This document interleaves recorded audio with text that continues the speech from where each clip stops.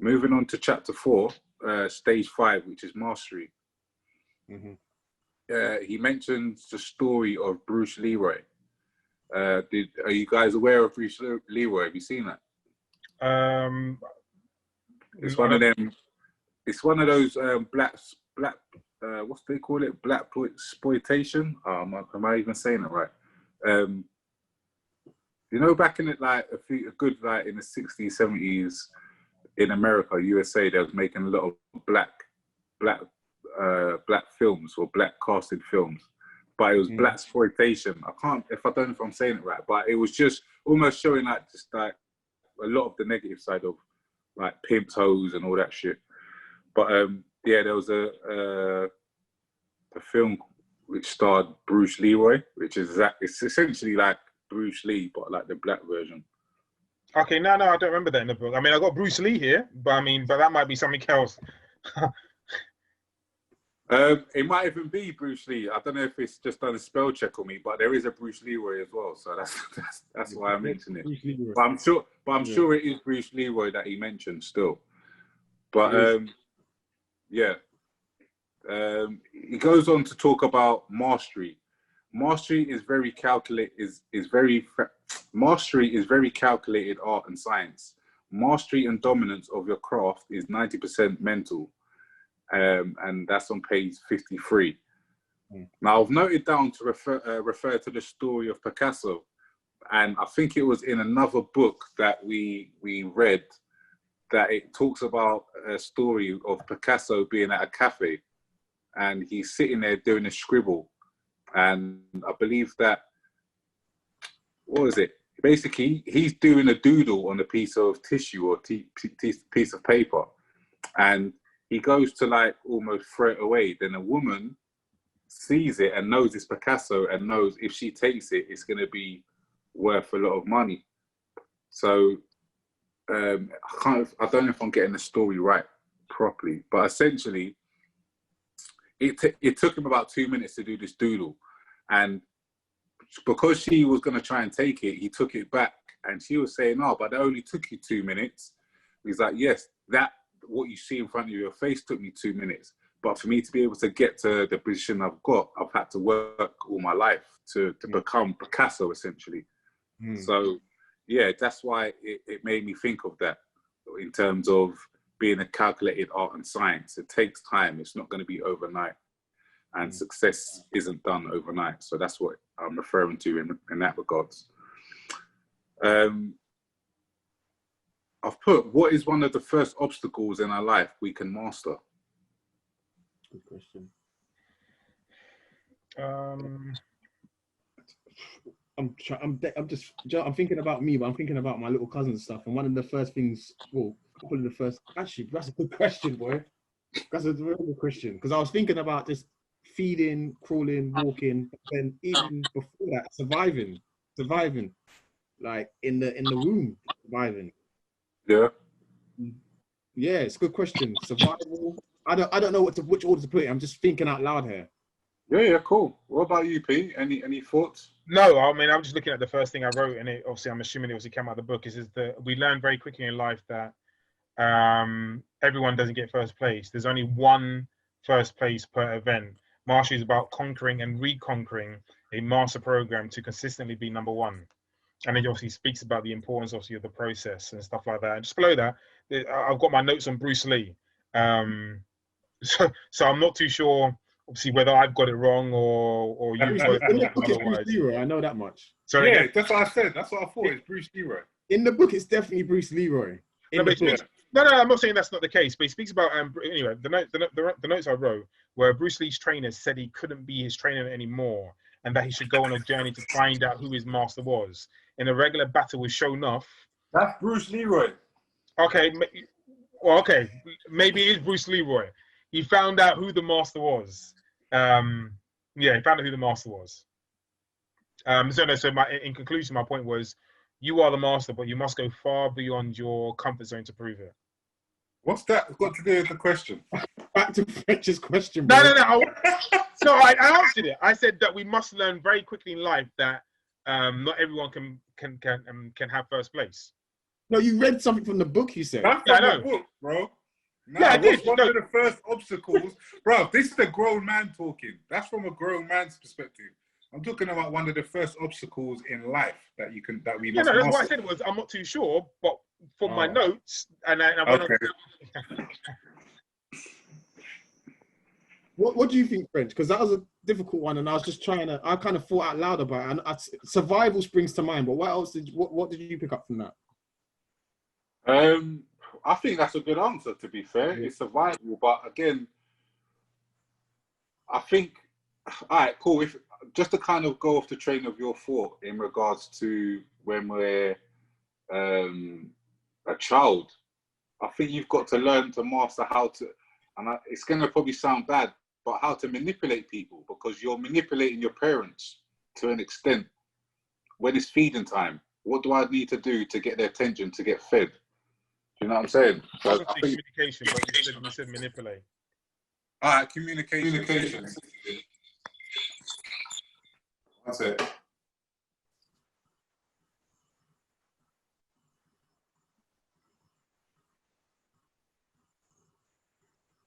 Manipulation. Man. Yeah. All right. So communication. I think communication is something, but I wouldn't say that we master communication even up until now, because we're still forever learning. So I guess going back to the point in regards to being a master of anything, it's going to take time. It's going to take a duration. But I think one of the first things that we need to master is our surroundings, how we communicate with each other.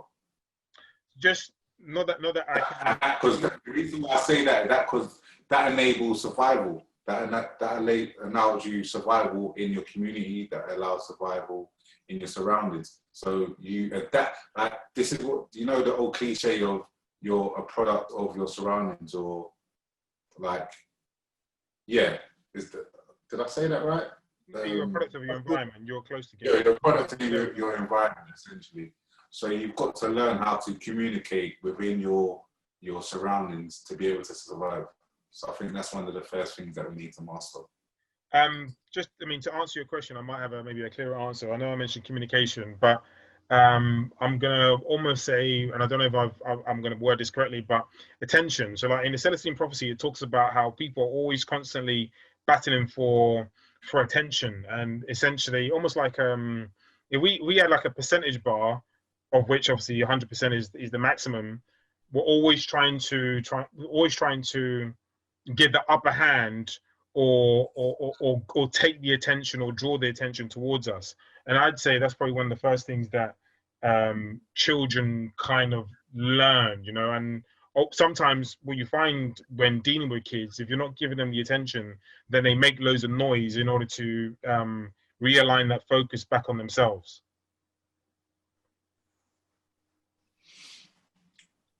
Anything else you want to add to that before I move on? No. Cool. So the Art of War on page 53, you mentioned war must be fought and won from a standpoint of mental superiority, meaning you should do as much research as possible on your craft, opponent, and the terrain in which you are competing. Become a master of all information important to having a superior knowledge of your competing arena and how to best execute depending on the various situations. This way, you can be efficient and accurate at using the right resources at the right times to conquer as effortlessly as possible. Do you think this is an approach that we as the Black community should use on the police and society in general? That's a very good point, and I'd say yes. And the reason that before I just give that broad answer of yes, I don't mean in a violent way. I mean in terms of, let's take in what the laws that guide how the police can treat people and behave. That's the context I mean it from. Mm-hmm. And say that again, French. No, I said yeah, I'm in agreement. Yeah, was it the wider society you said in your question as well? Yeah, and society in general. Yeah, similar applies. It's just how to maneuver a bit better. And I'll go back to my example when I was told as a child, get like, don't take any shit, hit back, or get physical, like just a kind of mindset of I wasn't kind of taught the essence of how powerful words are, and how if you construct your sentence properly, and if you're succinct in the way you speak, and you can quote kind of facts, if you can quote facts, if you can quote facts and kind of speak succinctly and express yourself in the correct manner and correct way, actually that is enough to defeat most to win most battles almost. Mm-hmm. What about you, Pete? Yeah, I couldn't really agree more. Obviously, what Mason said. I think you need to understand obviously how to navigate yourself within a system. And again, obviously, with some of the notes, it says obviously never being emotionally distracted or off balance are critical to outthinking your opponent. Once this is done, 90% of your work is done. And I don't like living life as a game of chess, but as long as you understand obviously how to work through a system or how a system works, then I don't want to say you'll be fine, but then you're better suited in actually understanding those rules and those parameters in being successful. Whereas, not to say that we're emotional, but if you work off emotion, then more likely than not, or more likely than not, or anyway, more likely you won't be successful, or you'll have difficulties. Yeah, I agree with you both. I think, as we know, the system's rigged, as Swift Judge also pointed out. Like, we're in a system that is rigged, so the only way to combat that is to learn the rules and not to necessarily abide by them by the book, but be able to flip them on its head, which is going to be more beneficial to us. So yeah, that's my point when it comes to police, and also in society in general. Like, I'll do as you do to us, and that not necessarily, as you said, Mace, in a violent way, but in an intellectual way. Like, when it comes to having a verbal display, whether it's agreement or disagreement, being able to articulate ourselves in such a way that you can't say you're being aggressive. Because one of the things I've definitely, for me personally, I know as growing up, was you're being aggressive. I'm just talking, but because we're animated as Black people, like we're animated, or we could become across as animated, your words get lost in translation almost, just because you may be moving your hands a bit and you may be bouncing a little bit as you talk, and do you know what I'm saying? But if you can just hold your hands still almost and articulate word for word, speak clearly, and as you mentioned, Mace, give the pointers, give the statistics. I'm messing up on the word. I don't want to mess up on it. Given the statistics, and be able to relate to whether it's section B rule, and to reel that off without any problems, and being able to essentially learn the rules and being able to recite them. And it's almost like, not to refer back to your point, P, in regards to playing chess, but being lawyers, being in a position of, when you're a lawyer, these are the laws that you have to dance around almost. And this is how you get like a good lawyer like Johnny Cochran, just for want of a better term, being able to get his defendants or his clients off a certain charge, because he knows what the rules are. He knows what it is. He knows it's all about perception. It's not what you can prove. It's not the fact. You can have all the evidence in the world, but I can now, if I could change the perception of these 12 people, then that's it. It doesn't matter. You can have the glove. You can have it. You can call me red-handed. You can have it on camera. If I tell these 12 people, this is not the guy that you need to convict me, and you can do it in such a way where it is articulate and you can swing the perception around, you've won at their own game. And that's what the uproar was back in the day, because many people may even say that, what's his name? Mr. Simpson. Yeah, that he was guilty, but obviously his lawyer was fired, so he was able to get off it. So I think in regards to us as a community, we need to be able to do the same on a larger scale, whether it's just the police and in society itself, is be able to reflect everything that's been done to us and use it in a way that is beneficial for us. I mean, just on a smaller scale, camera phones. I mean, that's where a lot of the whole George Floyd and other things have taken place, obviously, in recent time. That's where they've begun, with the fact that we actually been able to display evidence of the things and feelings that we actually hold inside as to the way we're treated, etc., etc. But now, obviously, now showing people digitally, this is actually what's taking place in our community, or this is what's taking place to me on said day, etc., etc., etc. Yeah, or just on that's real. I don't even want to go too much into the George Floyd thing, because no. you've either touched on it, or it's not to say it should be forgotten, because that's not the case, but it almost elicits some emotional feelings that how it's been dealt with, and even up to today, how it's still being dealt with. But yeah, just moving on slightly in regards to the book itself. The next point of conversation, he says, "Dope boy MBA to rich man PhD." So I was good at putting together a game plan. As a street hustler, I would start every day by putting together a to-do list and schedule for what needed to get done. Cook my product by 10 a.m., hit the streets and the various spots between 10 to 12 p.m., meet this connect or such and such at 2 p.m., put in more sales work on the block from 3 to 5, and by 5 I would be done, while most guys were just getting started. Should we be emphasizing more on the transferable skills than the actual crimes committed? 100%. Like if you're looking at it from a rehabilitation point of view, or just trying to turn, like, or if you're even in this world, or was in this world, and trying to go legitimate essentially into the business world, 110%.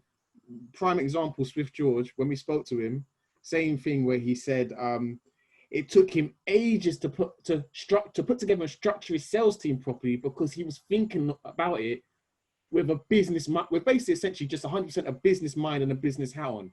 He said the moment he referred back to it as, these are my workers, I've got to grab off to this person at this time because this is what their line does and these are the hours they operate. As soon as he started thinking like that, it all fell into place. So I would say 100%. P? Yeah, no, I couldn't agree more. I mean, like just the notes I've taken on that part. I mean, he speaks about his drug selling days were attributed to his success as a businessman, and that he'd done his 10,000 hours. You know what I mean? And obviously, they say 10,000 hours are the amount of hours you necessarily need to put into your craft in order to achieve what would be deemed as mastery. And yeah, I think a lot of the things that people do, and obviously we're focusing on criminality, their skills can be transferable, or they are transferable. It's just that they're not honed in a direction. Yeah, I agree. Before I even asked the question, I kind of knew the answer myself, being in that position. And I once worked with it was a mentoring company that essentially would take on people that had criminal backgrounds and show them that everything that they've learned from the street can be transferable, whether they was a fraudster or a robber or a shotter or whatever. There was always a way to use those. So, all right, cool. So say you was going out robbing cars. All right, let's transfer those skills so you're handy with cars. So instead of breaking into them, how about fixing them possibly? And how about looking at ways where you can rebuild them and things of that nature, rather than just stealing them? You've obviously got a talent for something to do with cars, or going back to whether it's fraud. Okay, so you're good with your words. You know how to elicit emotion out of someone. You know how to get information out of someone. Let's transfer that to getting you onto the phones and ringing out for potential clients, because you know how to talk to someone and get information that they may not necessarily deem as valuable, but your gift is to take that invaluable information and build a picture, and then you can then sell them a product or a service or whatever it may be. Same goes for someone that's built up a line. Clearly, if you can build up a line, you can build up a business. The same thing that I mentioned in regards to our conversation with Swift George was me and my business partner,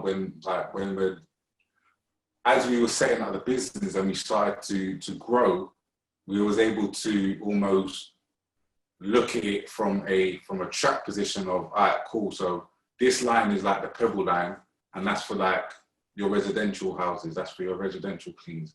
Now, this line over here, that's for your bricks. That's for your half bars. That's for your 2 cubes. That's like your schools. That's like your office buildings. And just to be able to almost place that outlook on the legitimate side of things, it pans up and you're just doing the same thing. You're just doing it legally now. Do you know what I'm saying? All right, cool. I've got a couple of workers. These are my little soldiers. But instead of them being soldiers hitting shots, they're out doing whatever it is, whatever your business may be, whether that's in sales, as Swift George pointed out. So yeah, I agree with you both in regards to we should be emphasizing more the transferable skills rather than the actual crimes committed. Well put. One thing I would add as well is everything you just said, it requires, whether that's stealing a car, burglary, whatever it is, it requires a degree of planning. It requires a degree of planning, and that's important in anything. You've got to have a business, a plan, a vision. How much, and you have a plan. All right, I'm not even a criminal, but just thinking, all right, we're going to burgle this house. How do we do it? How do we get from A to B? Okay, so we monitor the house. They turn the lights off at this time, or they're normally out at this time, dropping the kids off. They have kids, so they must be a school run. It's just things like that. It requires a degree of planning. Same thing if you transfer it to a business world as well. Facts. So going on, he says, I apply the same entrepreneurial grind for being a dope boy in the streets to mastering the art and science of winning business with beautiful, beautiful hair for you, by placing a strong focus on superior quality, low-cost international sourcing, creative social media promotions, mass media advertising, and exceptional customer service. I was able to grow sales from 10 bundles a week to 1,000 bundles a week. Becco, invite one of the leading distributors of virgin hair. He mentioned also he also mentioned using boxing and chess as ways of honing his skills and being able to adapt those same skills to his business, which I need to put that in there because I enjoy both. Yeah. But moving on to chapter 5, if there's not anything else you want to add to that. Yeah, just very briefly. So obviously I know we spoke about school and children and how we can change the dynamic of children educating themselves, or what type of advice that we can give. So it speaks about the 10,000 hours. So the 10,000 hours over a year is equivalent to 27.5 hours per day, which it says is impossible. Again, 10,000 hours over 3 years, 9.1 hours per day, possible but exhausting. 10,000 hours obviously over 6 years, 4.6 hours per day, which is more likely, but then obviously there's like 2.7 hours per day, which is obviously more realistic. And it says that obviously if you can identify a talent and work on it from the age of 13, then getting your 10,000 hours in of mastery is likely due to the amount of time you had ahead of you. And it goes on to give examples of Steve Jobs and Bill Gates, who put in those hours in relation to computer programming, Kevin Durant in regards to shooting, and obviously Warren Buffett in regards to investment. Yeah, so that's me. Moving on to chapter 5, which is stages 6 to 7, decision impact, your moment, choosing to be the best all the time. So he mentioned, my mind was trapped, my lifestyle was trapped, and my intention of becoming great would always be trapped in this self-imprisoning cage. This cage could turn into a coffin box carried by 6 at any moment. Every temporary success I achieved would lead to a more permanent path to failure and destruction.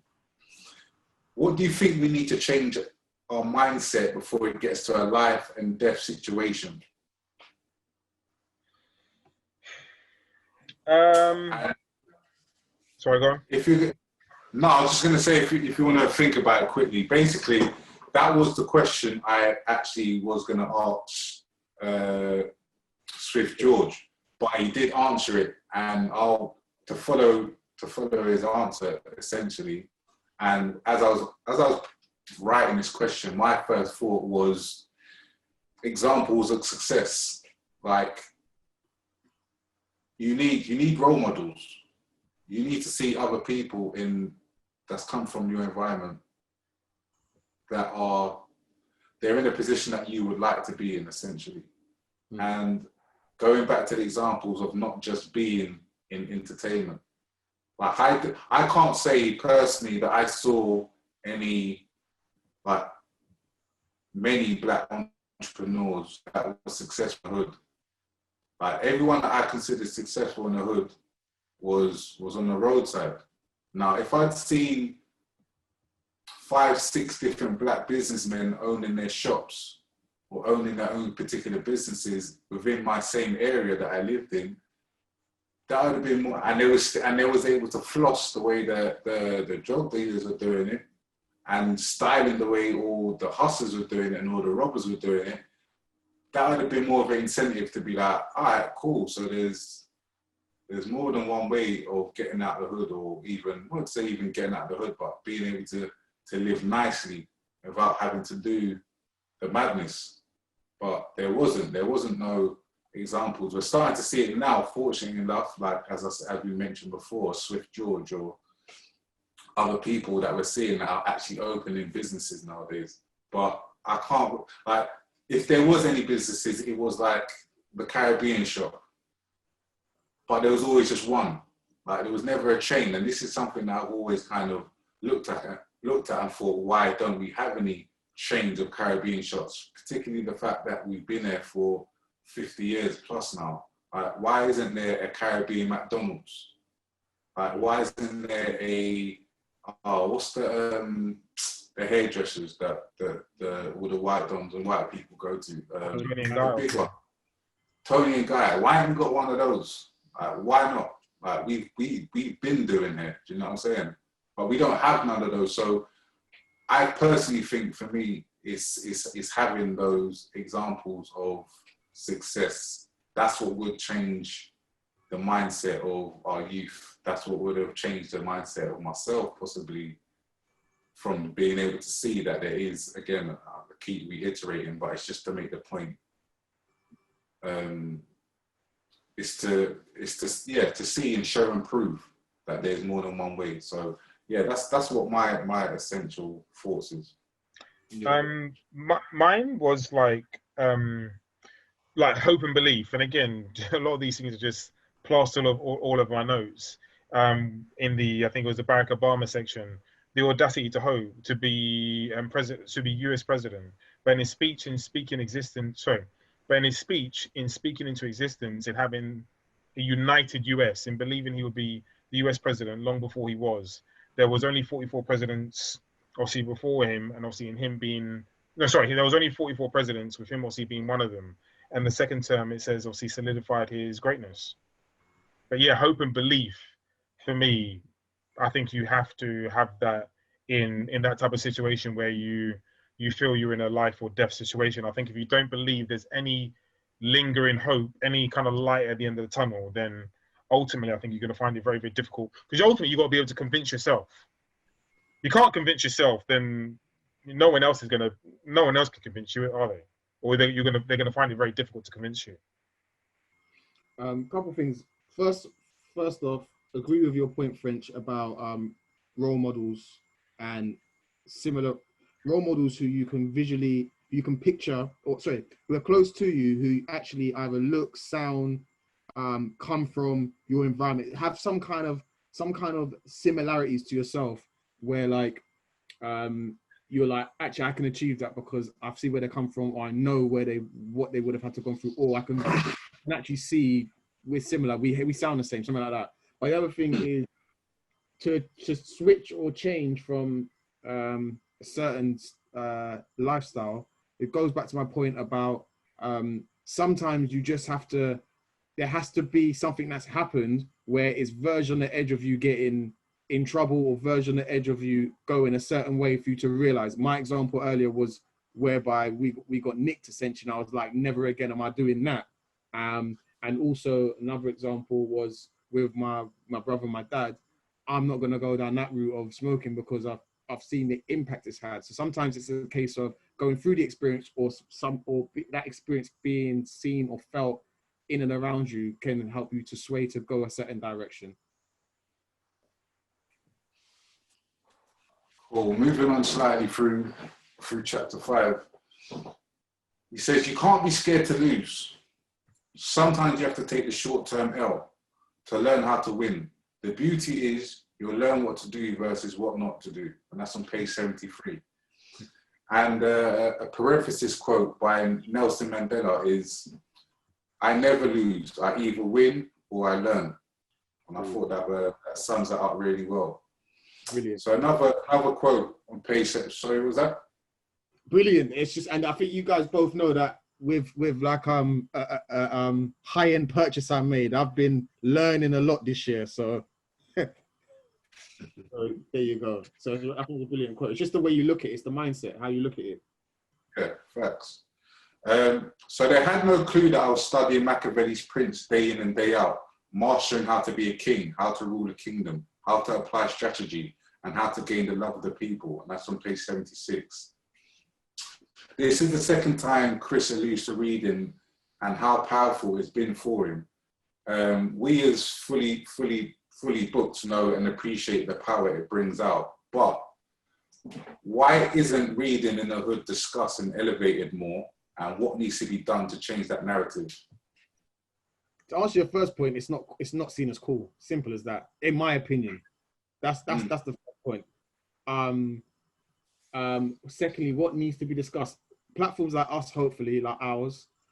Also, I think I can't remember, for the life of me, I can't remember the book here, but when I was a very small child and I went to Jamaica, I bought a book back from Jamaica and I loved that book and I can't remember the name of it. But I didn't, apart from that, like, I think it's also about having books that can resonate with yourself or myself or ourselves from a young age to develop that passion to want to read, rather than the school curriculum books they give you that actually you might not strike accordance with. Yeah, that's all I can think of at the moment, but that's my thoughts. No, I think Mason, he raised a couple of good points. I tried to think maybe a little bit deeper as to his initial response as to it being not cool, but that might be, again, like, and that might be the truth of the matter. But like, I literally just another thought came to my mind as to Chris, who obviously we had on Fully But Meets, and he was talking about how his teacher thought that he was obviously very intelligent and more intelligent than he was giving off, and obviously gave his mum, I don't want to say the task, but encouraged his mum to take him to the library to pick out a book in that he would then obviously begin to enjoy reading. And again, obviously, as Mason said, you know, some of the books in the curriculum are not books that we necessarily take to because they're, I don't know, not very exciting or not necessarily, I don't say there's nothing to them, but they're not really exciting, you know? And the curriculum probably does need to be improved to, I don't know, just sorry, say that again? More inclusive? Yeah, more inclusive, but I mean, the books are just are boring. Just enjoy. Can you remember any book that you read in school? Yeah. I mean, name them. I bet you can name 4. Animal Farm is one of the first books I recall.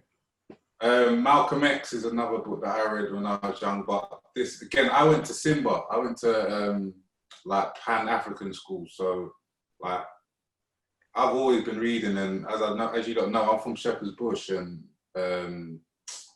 I used to always, like, my mum used to always take me to Shepherd's Bush Library every weekend without fail. So for me, I've always enjoyed reading, like, personally, I've always enjoyed it.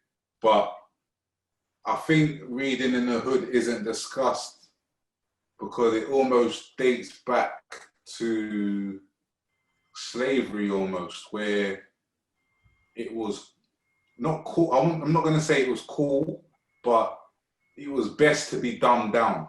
It was best to be illiterate, because if you was seen as it being literate, then you could get killed at one point in slavery. Like if you knew how to read, they'd kill you for it, essentially. So it was best that we acted dumb. And I think that's trickled down to where we are now, whereas like when you're in your hood and you start saying certain words, you're looked at as a geek or a nerd. It's like, later, man, why are you trying to sound smart? You're trying to sound white. So when you're in that environment, you're then gonna look at it like, oh, reading, that's for white people almost, or that's for like nerds and stuff. So that's how that kind of narrative I guess gets bundled around. So reading isn't seen as cool, but you can ask all the coolest people on this earth, they'll tell you reading's cool as shit. Like you couldn't tell me, like, oh, for instance, like Jay-Z, everyone will say, oh, Jay-Z's like the coolest guy. Jay-Z reads books, bro. Do you know what I'm saying? Like he's probably the first person that I heard talk about Celestine prophecy, which we've mentioned on this podcast numerous amount of times. But I think, yeah, obviously we need to change that narrative. And I think what we need to do to change that narrative is, and I keep referring back to the industry of entertainment because it is our biggest selling point as it stands. But when we've got people such as your Stormzy, such as your Jay-Z's, such as other people in elevated positions to make the point that reading has helped them on their journey and it's given them the tools to execute on business deals or learn new skills to be able to walk into a room and know, all right, cool, I know exactly what you're talking about, and I can revert and I can not just regurgitate what I've read, but I understand it and I can use it again. Again, going back to what we was discussing earlier about using those same rules against those that are standing in our way, in our opposition. So I think that's the way we can change the narrative of reading. And it seemed, I've got no problem saying I love reading, I've always loved reading, but man can't take my strikes away and say that you ain't done this and that and whatever or not. Like man's been out there, innit? So does that make me uncool? Does that make me a nerd? Fuck it, I'll be a hood nerd, innit? I'll be a hood Urkel. Cool. But yeah, I do think by us promoting it, as we said, this platform that we've got here, and other people just saying the impact of reading, again, going back and talking to different guests that's spoken about the impact that books have had on their lives, we can then change the narrative and hopefully get people acknowledging the power of reading books and learning. Well said. I thought what you said was spot on. I mean, I hadn't really thought about it from that perspective to begin with, but I think it was well said. But I also do believe, pales in comparison to what you said, that the system, and I'm not talking about like, I'm not talking about from, oh God, I've lost my words today. I'm not talking about it from a system from a point of view where it's holding us back. I'm just talking about how it doesn't allow us to be, people in general, to be expressive. I just feel some of the stuff that we're learning is quite rigid and it's not creative enough to get our excitement and to want us to actually go to the library and pick up books. You know what? On that note, yeah, like I remember one of the first books that I read. Was it? I won't even say it's one of the first books. One of my first memorable books was Malcolm X, the Malcolm X story, when it first came out. I don't know if you guys remember when his actual book came out years ago. Like we was kids, and I don't know if the film was made then as well. I'm sure it was, but basically, my dad got me the Malcolm X book, his life story essentially, but it was in comic book form. And those days I was in primary school, so that's all I was reading. I was reading your Dandies, I was reading your Beanos, I was reading all of those other ones. I was reading Marvel, like that was my shit. Like I used to love collecting comic books, so I was always reading like that. And I remember reading Malcolm X's story and being affected how dope it was. Just like his come up to where he got to being a public speaker, then I can still picture it in my head now, just like one of the last images of when he's getting shot.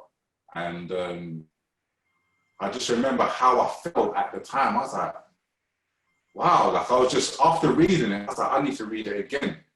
Do you know what I mean? And I think that was because it excited me. It was someone that I knew. I didn't know who Malcolm X was. I knew there's something about this person, this story, that's powerful. And I didn't realize it until later on in life. And I'm like, okay, Malcolm X is this and he done that and this is why. But yeah, that's definitely one of those things that got me into reading. And I remember even going back to the library, go there every weekend, like Asterix and Obelix. That's one of my favorite childhood books that I used to always read. And yeah, I think, I don't know if they still have the same amount of libraries, but I definitely think they are useful, and I think they should be utilized a lot more.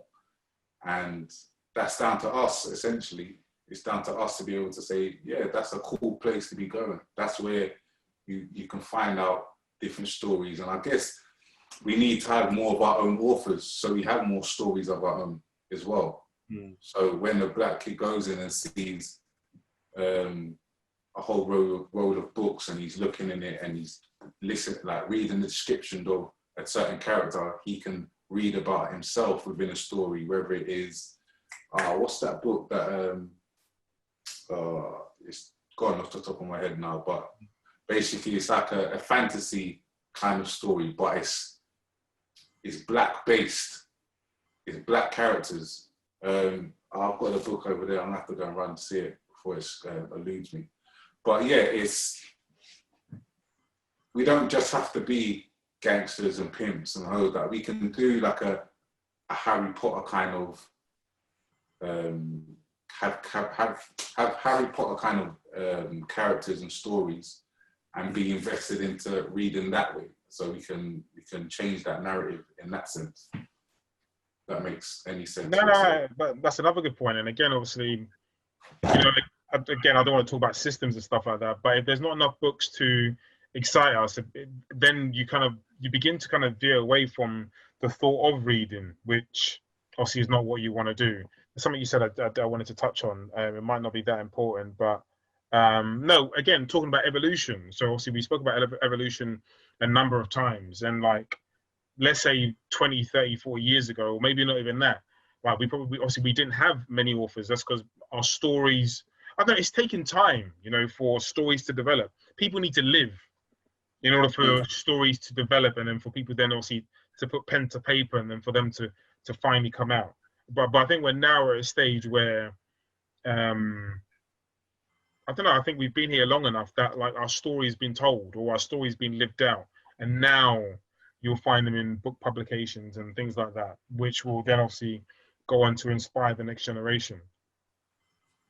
Do you know what? Speaking of like black authors and black stories, I think I'm just thinking out loud now as we're chopping it up. But like, I think because we've got the platform that we've got and we're doing what we're doing, I think it'd be a good idea to highlight some of the black authors that are out there. Essentially, maybe if we do it for a season or every other season where we choose a black author and they've got a self-development book, or even if it's not self-development book based, some of the authors that are, there's so many out there, but they just don't get the recognition that they deserve, or even put up against the white counterparts, just for, as you said, P, systematic. But this is why we need to show and prove. We need to use our platform and say, cool, well, these are some of the authors that we rock with, and discuss their books and put that narrative out there. You know what I'm saying?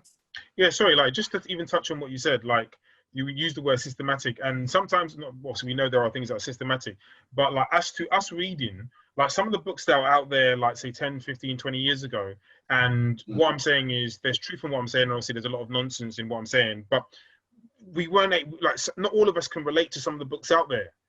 Yeah. What I mean, there's truth in rubbish in what I'm saying. Like, there's some authors. I don't want to use the word white, but there's some white authors who have some phenomenal books. What I'm saying is, like, what I'm saying is, some of the books that are out there don't necessarily resonate to us. Hence, like, I know recently the book that came out that it's got a lot of acclaim, I'm no longer talking about race, is because obviously a lot of things have taken place and people are, oh, okay, cool, I might be able to relate to that now that something's happened in my time. Good point. Yeah, so no, that's Children of, no, I was just going to say Children of Blood and Bone. That's what I was referring to.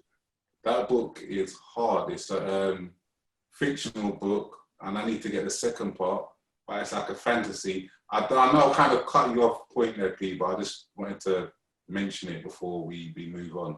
But yeah, that's a dope book, so check it out. I can't remember the author's name. I'll have to go have a look at the book, but she's a great author. I believe that book's being made into a movie, so I'll definitely go and see that when it does come out, so show support. But yeah, just wanted to get that out before we move on still. So finish your point there, Pete. Nah, that's gone now. But I mean, like, no, it's fine. No, I was finishing. I was probably finished anyway. So no, that was my point as to, you know, some books we can relate to and some books that we struggle to relate to. And I think we're just at a point where, like, even London, we know London's very multicultural. So like, there are stories that are out there now that we'll be able to relate to, and it doesn't matter what race or creed that person is from. And likewise, people from other races will be able to look at our books and our authors, and because we lived side by side for such a long time, they'll be able to relate to some of our stories in that they've heard our stories before. Yeah, definitely, I agree.